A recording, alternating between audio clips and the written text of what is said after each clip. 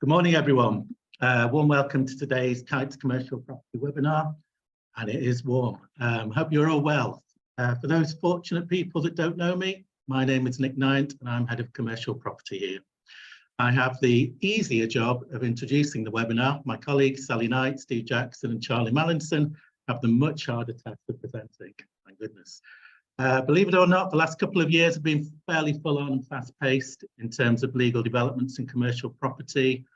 Unfortunately, we won't have time to include them all, and you will appreciate we can't delve into all the detail. However, the purpose of today is to hopefully pass on some useful tips and pointers. Sally from our investment team will be covering the register of overseas entities, part of the government's drive for transparency and identification of beneficial owners, changes to options to tax for VAT purposes, and the recent authority of Hudson and Halfway. Steve from our management team will talk about a recent case concerning service charge certificates and the minimum energy efficiency standards. Charlie from our development team will be speaking on various issues on the Building Safety Act introduced in response to the Grenfell tragedy, and one of the recent nuisance cases, Fern and Tate Gallery. We hope you enjoy it, and over to you, Sally.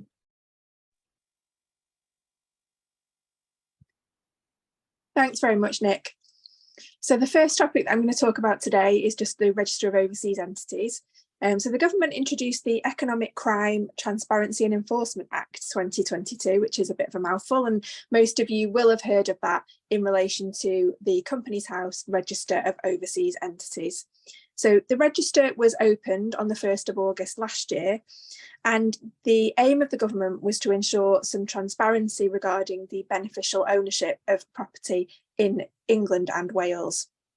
So the Act requires that any overseas entity, and that's any entity outside the territory of the United Kingdom, which wishes to own property in the United Kingdom, must have registered with Companies House on what they've termed the Register of Overseas Entities. Now, many people looked at this and thought, well, I'm not an overseas entity and I have no intention of owning property in an overseas entity, so this won't concern me. However, if you deal with any disposition in property with a party who is an overseas entity, then this is really important to you too. So the property that was relevant was any freehold in the United Kingdom and any lease of longer than 7 years to run from the 1st of January 1999. So the vast majority of property holding within the United Kingdom.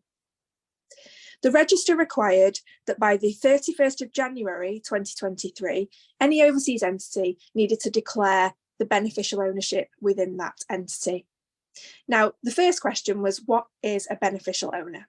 Well, broadly speaking, that's any party that holds more than a 25% shareholding in the relevant entity or has more than 25% of the voting rights in that entity. It's also a party that has a right to appoint the majority of the board of directors or has a right to exercise significant control.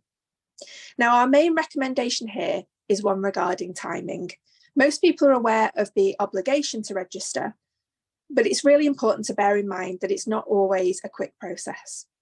So if you are intending to own property in a newly incorporated overseas entity or an entity which isn't currently registered, you will need to bear in mind the timing for registration. It's also really important to bear in mind that if you're dealing with a party that needs to be on that register and they haven't yet dealt with that, it can be a really important timing aspect of a transaction. In order to identify the beneficial owners of the relevant entity, that entity has to take all reasonable steps required, and that includes serving notice on any parties whom they believe are a beneficial owner.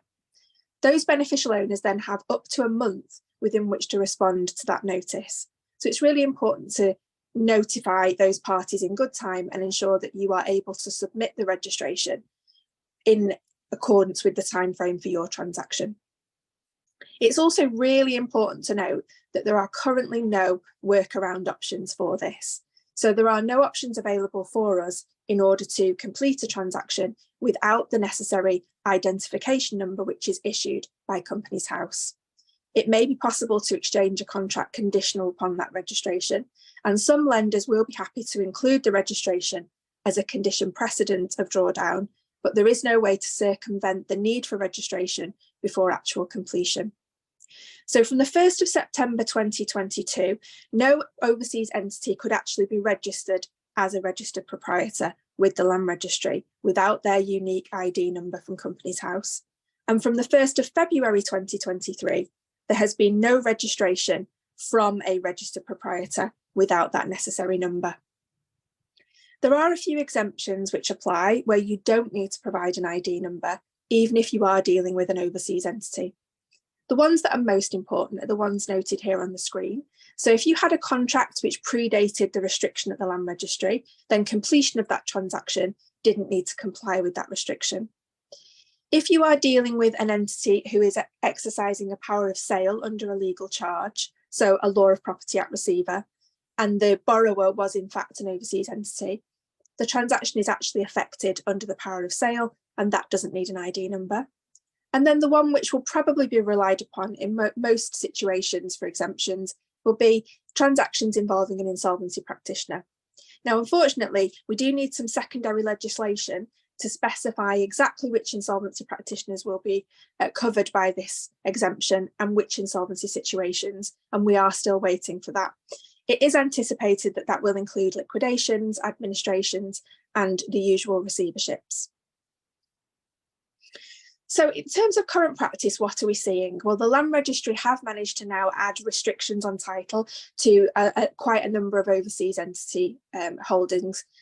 We are also seeing that there are a number of restrictions pending at the Land Registry. So where the Land Registry had existing applications affecting those titles, those applications will be dealt with first, and the Land Registry have put the restriction as a pending application behind those registrations. So whilst it might not be showing on the official copies which your solicitors obtain for a particular title at the moment, if it's pending on the day list at the Land Registry, it will have caught that title and you will need to comply with it. This is probably a good point to mention the delays that we're seeing at the Land Registry at the moment. They can be quite significant, and these restrictions are only adding to those. So for example, with what the Land Registry currently term complex registrations, those being any transfer of part or any registration of a lease at all, in nearly 60% of cases, the Land Registry are taking in excess of a 12-month period to complete those applications.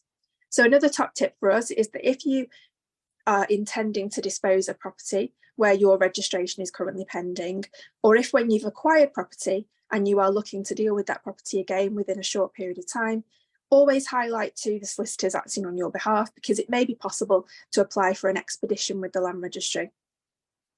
So it's really important to bear in mind that the effect of a breach of this legislation by the overseas entity is a criminal offence, which can result in up to 5 years imprisonment and/or a fine.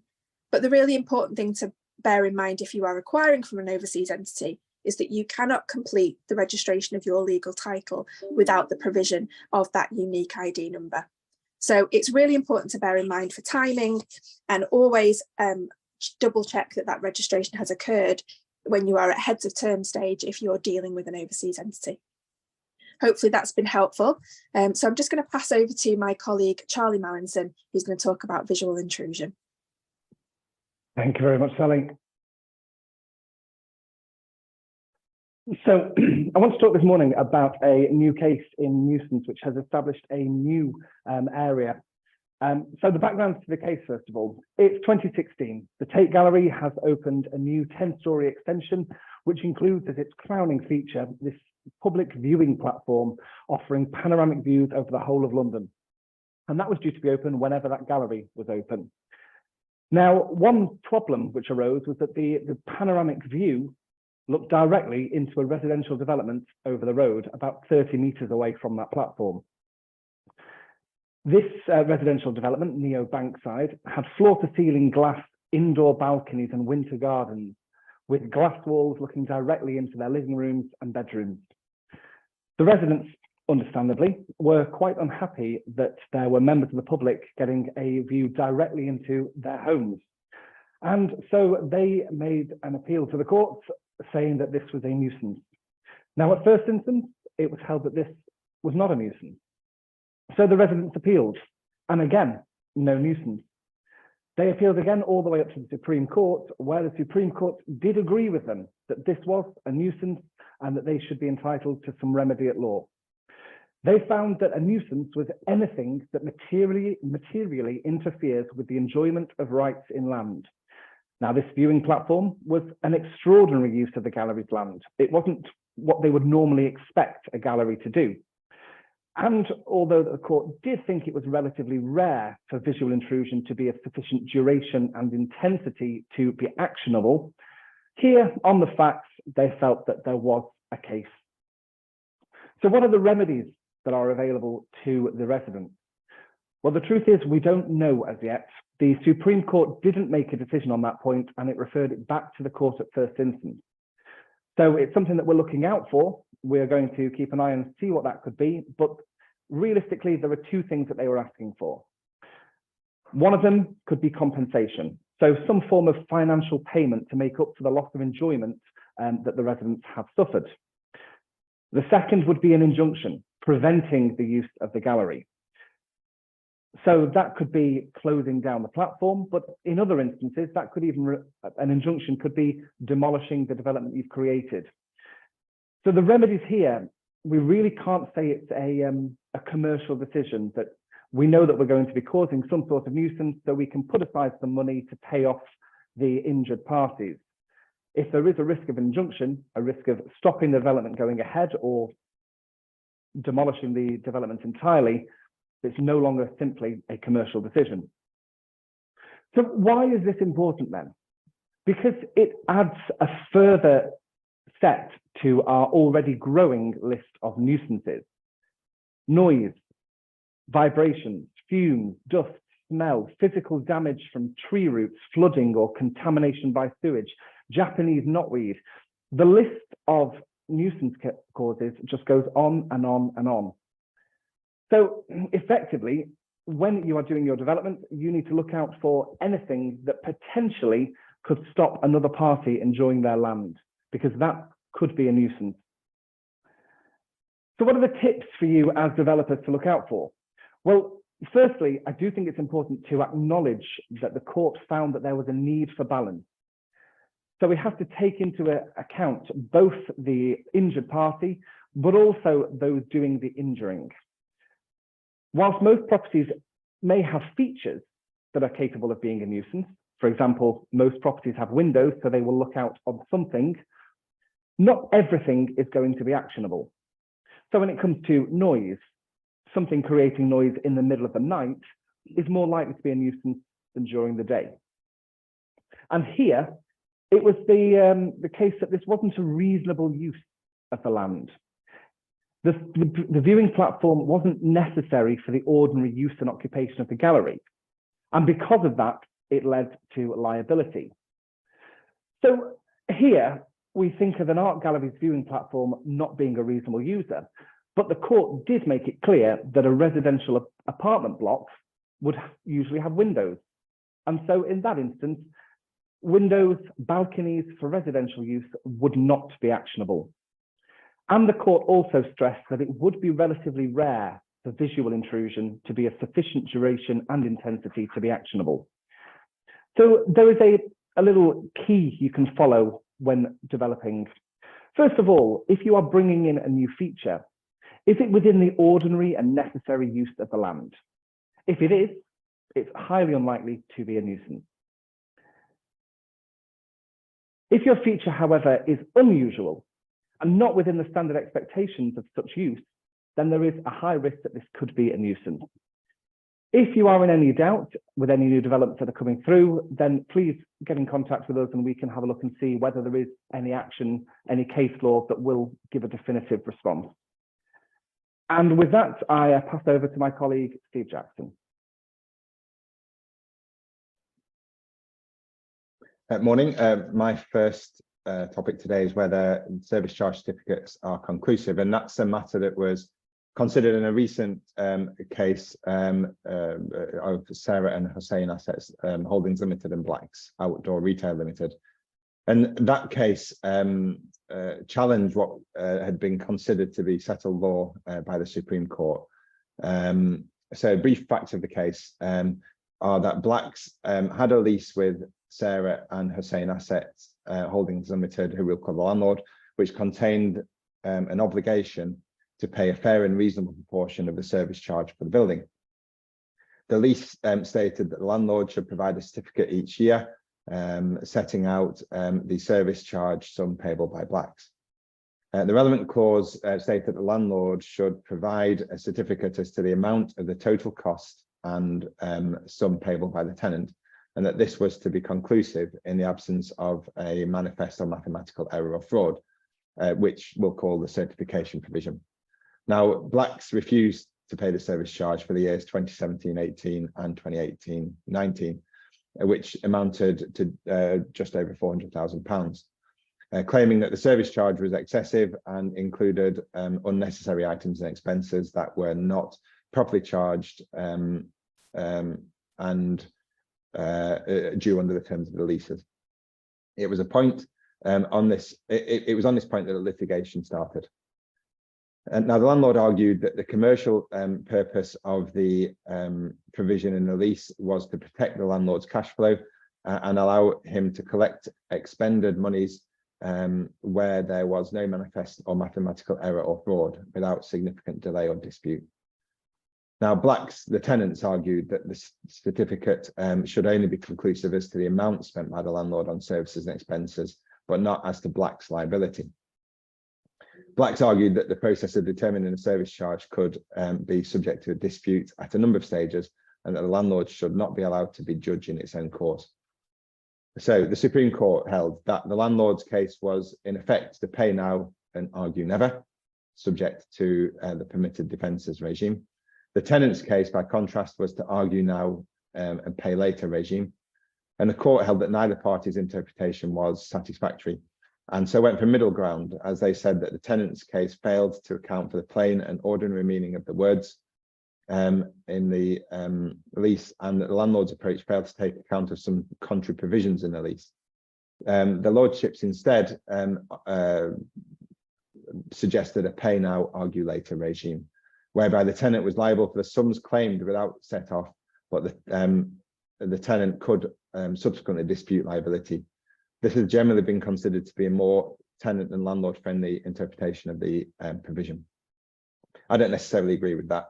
The conclusion allows the landlord to receive monies immediately, and negating any cash flow issues that would have otherwise occurred, and removes the leverage of withholding payment that the tenant would otherwise have had in their negotiation.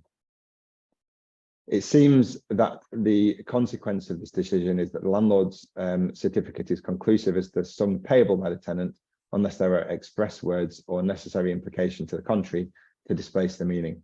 Without either of these, the express words should prevail and the certificate will be conclusive. The tenant must then litigate the matter as to whether they agree with the contents of the certificate. So, tips for the landlords and tenants on service charge. So firstly, the main consideration following the case is to ensure that the service charge provisions within the lease are very carefully drafted.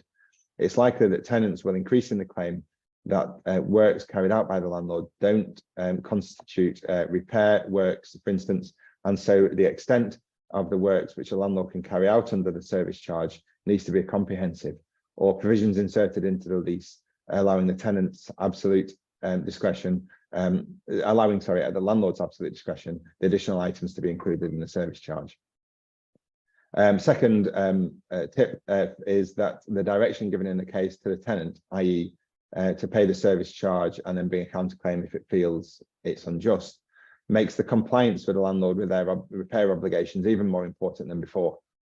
A counterclaim by the tenant can be brought under many grounds, including that works were not repair works as defined in the relevant repair covenants, which I've already touched on. Secondly, that the cost of the works increased as a result of the failure by the landlord to keep premises in good repair. And thirdly, that excluded costs were not properly charged. Comprehensive service charge records and schedules of repair will help landlords to see up any such counterclaims.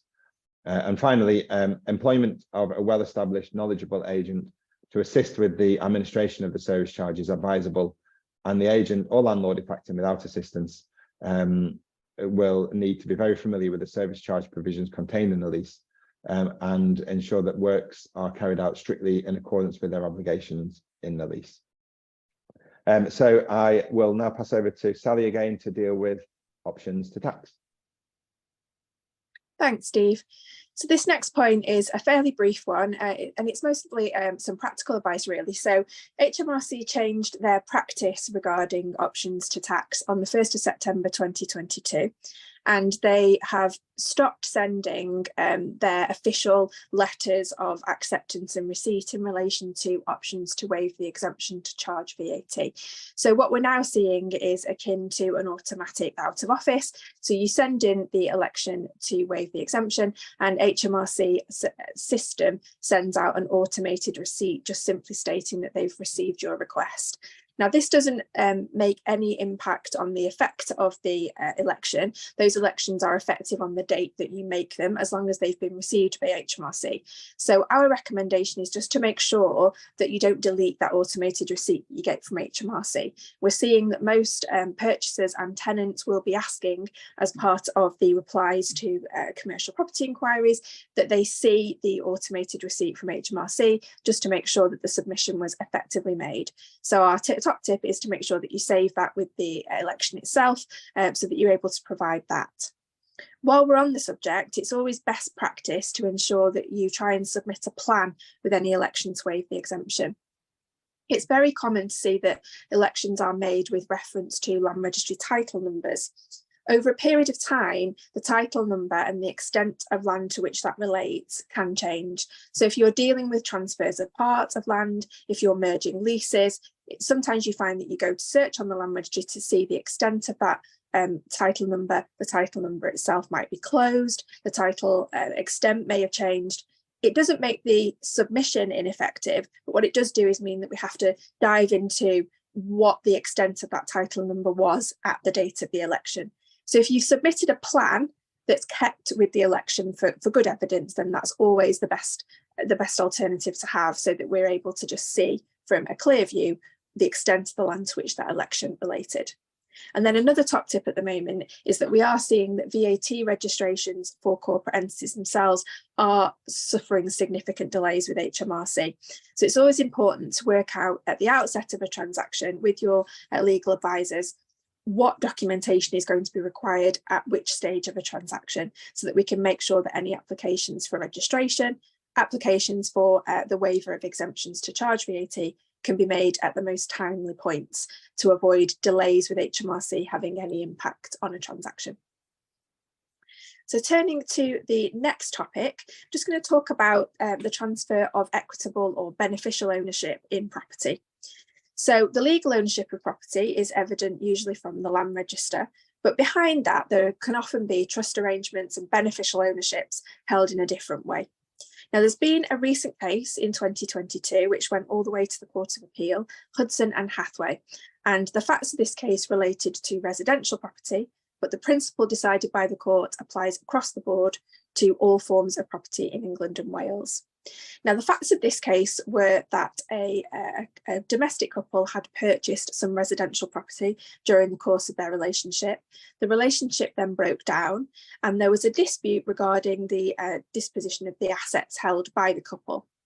There was a dispute regarding the holding of some shares, a pension scheme, and also the residential property holding. Now, during that dispute, there were some emails sent between the couple. And you can see on the screen here the wording of a couple of the two relevant emails. So one of the emails read that I want none of the proceeds of the house, take it.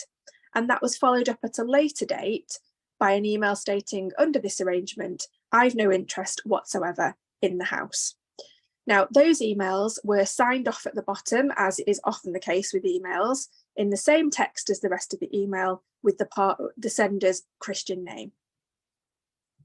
Now, the court needed to look at whether the test under the Law of Property Act 1925 for the transfer of beneficial ownership had been satisfied by those emails.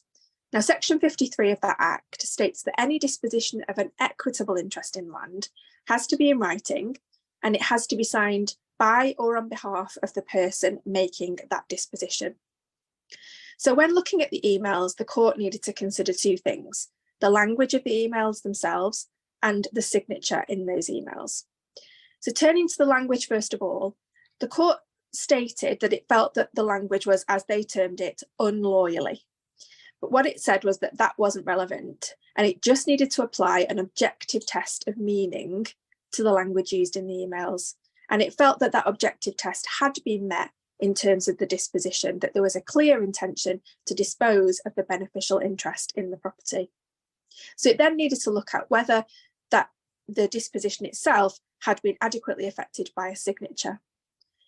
It looked at a lot of recent case law regarding electronic signatures, and it felt that in this situation, if you had deliberately subscribed your name to an email, then that amounted to a signature for the purposes of the written transfer of beneficial ownership.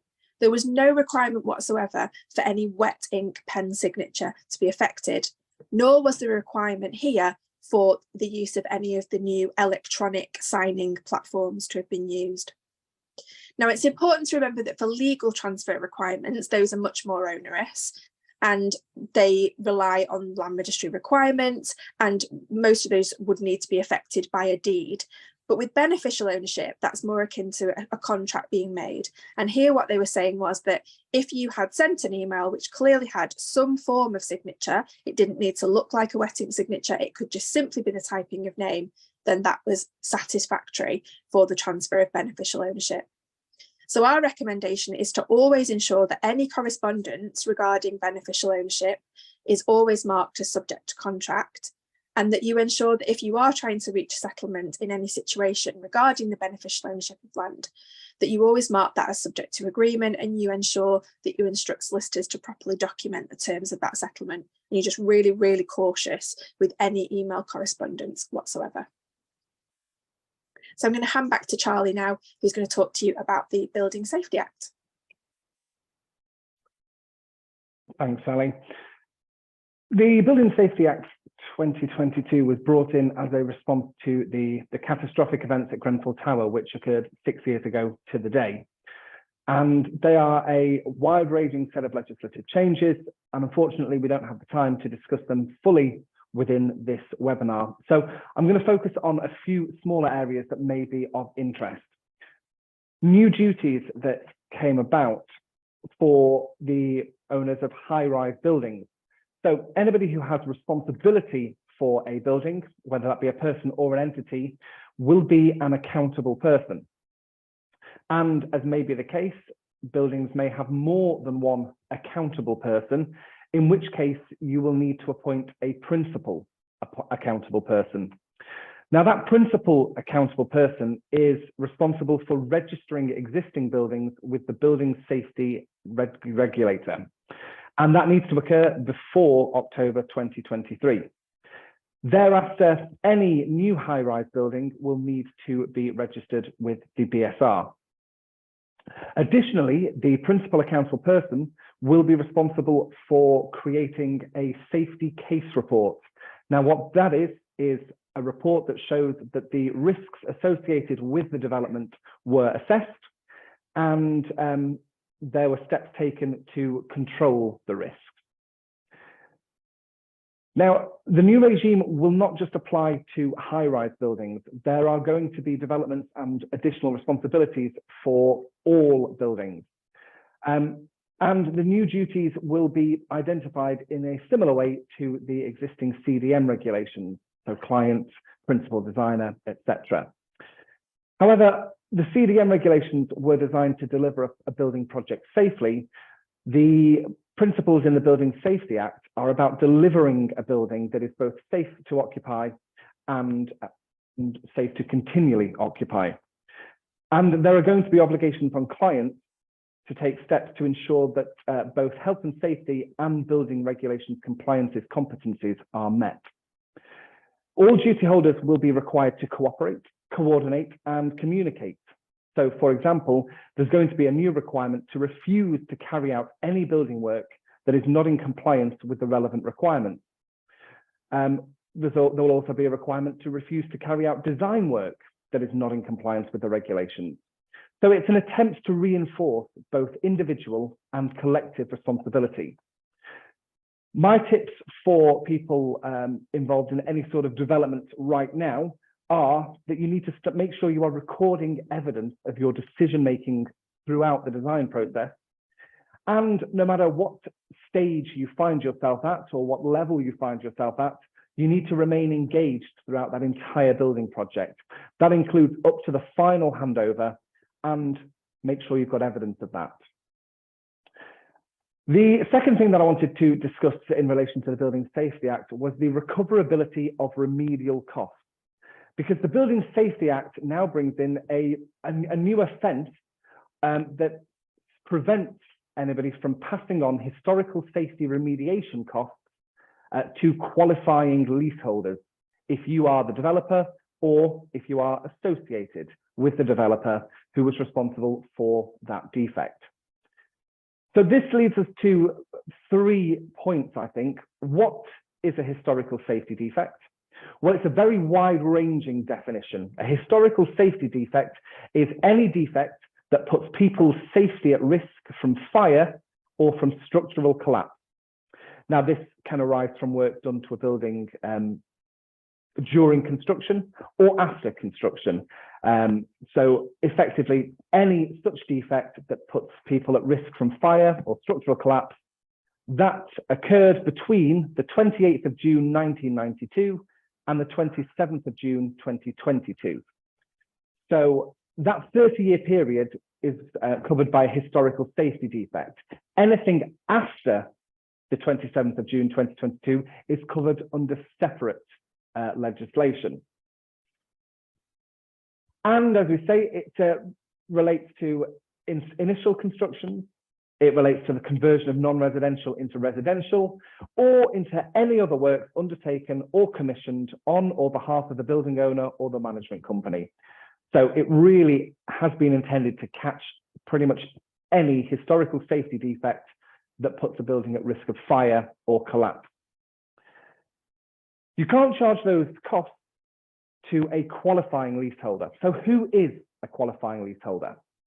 Well, it will be a person or an entity that has a long lease, so over 21 years, of a single dwelling within a building of at least 11 meters or 5 stories. That lease has to provide for the payment of a service charge, and the lease has to have been granted before the 14th of February 2022. The leaseholder, the lease of that dwelling must be their only or main home, and the leaseholder themselves cannot own more than 3 dwellings in the UK. So you can't really initially tell whether a leaseholder will be a qualifying leaseholder or not simply by looking at the lease itself.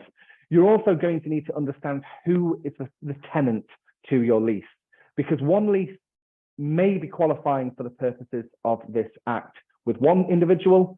An entirely separate individual with the same lease may actually not be qualifying. And the final point then was about this associated with the developer. Clearly, if you are the developer, it's pretty clear cut, but who is associated with the developer? And again, this has been drafted in a way that makes it really wide-reaching. So first of all, a company associated with a company, if they were the beneficiary of the trust at the qualifying time, that time being the 14th of February 2022, were a partner in the partnership, or a director of the company, or were controlling the responsible company at any time in the 5 years prior to the 14th of February 2022. So that's one definition of associated with. A second definition, if the current building owner is a new building owner with no links to the developer, but the owner at the 14th of February 2022 was linked to the developer, as I mentioned before, then the new building owner, despite having no links whatsoever to the developer, will, by nature of the fact that a previous owner did, then they will be associated with the developer. What happens then if neither of those two apply? If you are a building owner and you have a net worth of more than £2 million per building, then you qualify for the purposes of that definition. So it really has been drafted in a way that tries to capture as many individuals, as many people as possible to give qualifying leaseholders the best chance of not being charged. So it really is something key to examine whether or not, when you're taking on a new building, whether or not you will, by virtue of the second point, so who owned it at the relevant time, whether you as a new owner may still end up associated with the developer and therefore unable to potentially pass on your costs of remedying defects. One very quick final point to make then is that there is a cap on the recoverability of those costs. So if you're in Greater London, if the property is worth less than £325,000, you can't pass on any costs whatsoever. If you're outside of Greater London, that cap is significantly reduced. So it is a cap of £175,000 for the property. It is a really wide-ranging, really difficult, really complex area that has been brought in as a result of those actions we saw 6 years ago. If you have any concerns whatsoever, have any queries, then do get in contact with our dedicated construction team, who would be better placed to give you a good advice as to whether or not these are things you need to be taking account of and what steps you need to be taking now. And so with that, I pass over to my colleague, Steve Jackson. So my second subject today is the MEES regulations. So since 2012, there's been a requirement to have an EPC in place for any commercial properties. From April 2012, which was the first trigger date in those MEES regulations, there's been a requirement when granting a lease of commercial property for the energy efficiency rating for that property to be E or better. Now, so that was the first trigger date. The second trigger date under the MEES regulations for the landlords to comply with their legal duties under the regulations was the 1st of April this year. And the effect of that second trigger date was to prevent landlords of substandard, non-domestic rented properties from letting the property in question unless the energy efficiency rating is E or above. That second trigger date changed the obligations on the landlord, so the regulations now don't just apply when the lease is granted or renewed, but also any for the whole period of the term itself.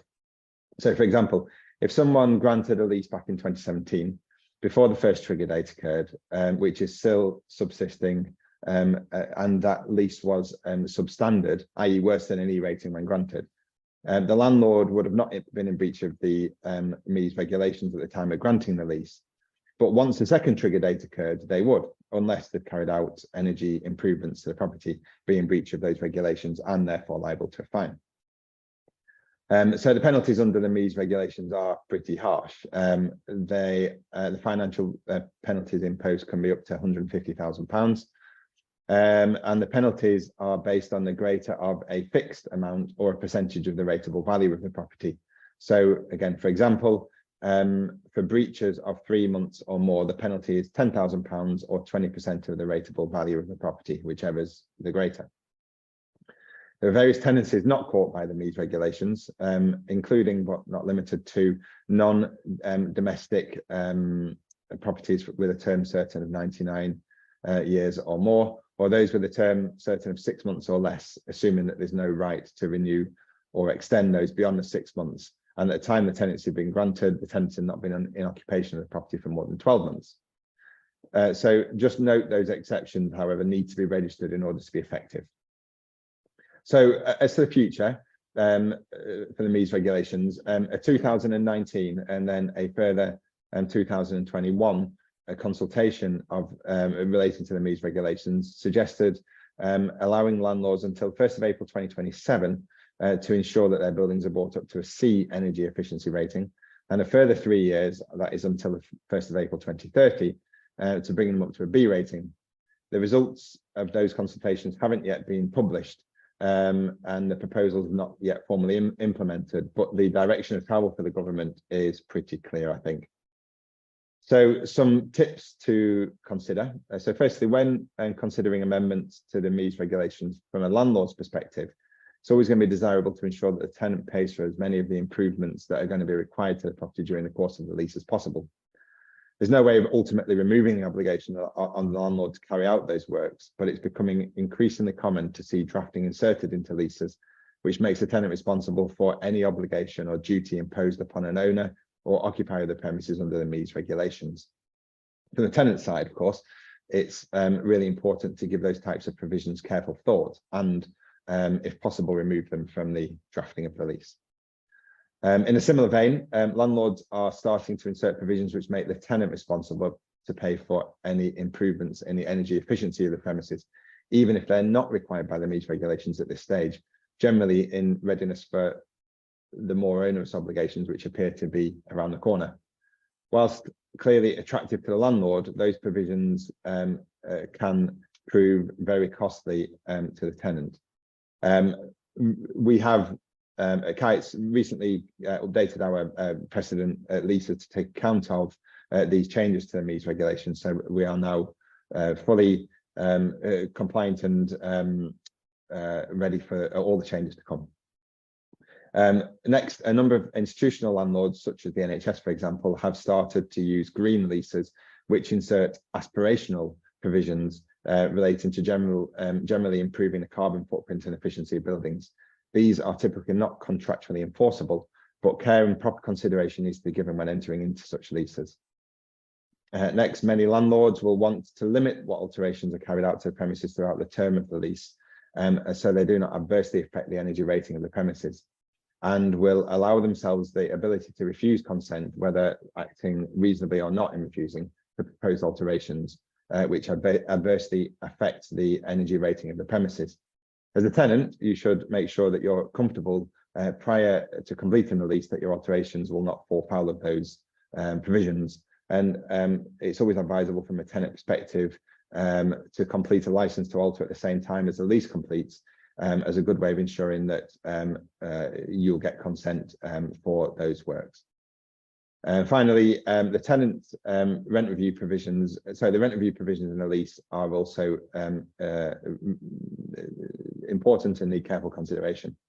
The tenant won't want any works that they carried out to the premises, whether under a legal obligation or in anticipation of any changes to the MEES regulations, to be rentalised.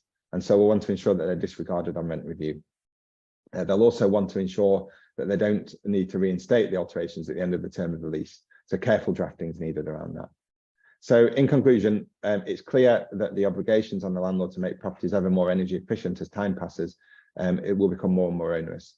And from both landlord and the tenant perspective, it's important to ensure that all parties are aware of their obligations before committing to the terms of the lease. That's me done. I'll pass back to Nick now for conclusion.